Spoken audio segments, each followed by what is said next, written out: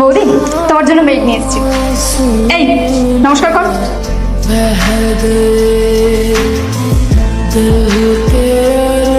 কি হলো বৌদি?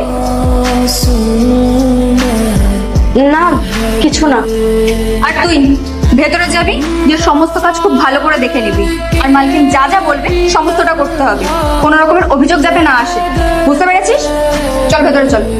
হ্যাঁ তোমরা ভিতরে এসো।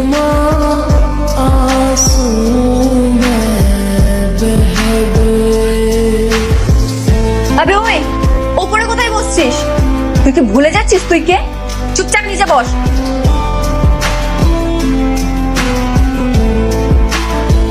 আরে এভাবে কেন বলছো? ঠিক আছে উপরে বসুক না। আরে বৌদি, তুমি এদেরকে চেনো না, এদেরকে না বেশি প্রশ্রয় দেওয়া উচিত না। এখন যদি একে চেয়ারে বসতে দেওয়া হয় তাহলে পরের দিন সোফাতে এসে শুয়ে থাকবে, আর তখন তুমি কিছু বলতেও পারবে না। আমি তো এ ধরনের মানুষকে একটু কমই প্রশ্রয় দিই, তাই তোমাকেও বলছি তুমি এদেরকে বেশি প্রশ্রয় দিও না। আর বলো, বাকি সব ঠিক আছে তো? হ্যাঁ হ্যাঁ সব ঠিক আছে।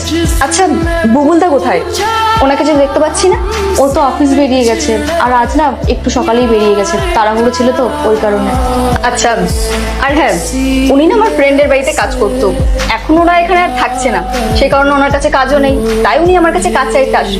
তখনই আমার তোমার কথা মনে পড়লো, আর তুমিও তো আমাকে বলেছিলে একটা কাজের লোক খুঁজে দেওয়ার কথা।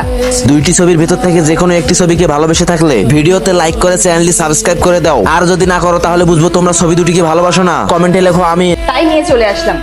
উনি না খুব ভালো কাজ করে, শুধু তুমি একটু দেখে রাখবে, কড়াভাবে কথা বলবে, তাহলে আর কোনো সমস্যা হবে।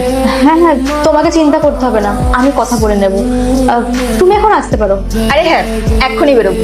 তবে বৌদি, তোমাকে একটা কথা বলে রাখি, তুমি খুব ভালো, কিন্তু এই ধরনের মানুষগুলো ভালো নয়। তাই বলছি এদের সাথে একটু ভেবেচিন্তে কথা বলবে, ওই বেশি কথা বলার দরকার নেই, না হলে দেখবে কান্নাকাটি করবে, নাটক করে ওই টাকা হাতানোর চেষ্টা করবে। তাই বলছি একটু বুঝে শুনে কথা বলবে। আমি সবটা বলে নেব। আর তুই চুপচাপ বসে মুখ কি দেখছিস? বল, কি কি কাজ জানিস? ম্যাডাম আমি ঘরের সব কাজ করতে পারি।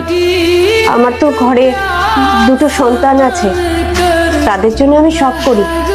ঘরের যা যা কাজ আমি পারি, ঘর মোছা, বাসন মাজা, রান্না করা সব পারি। বৌদি,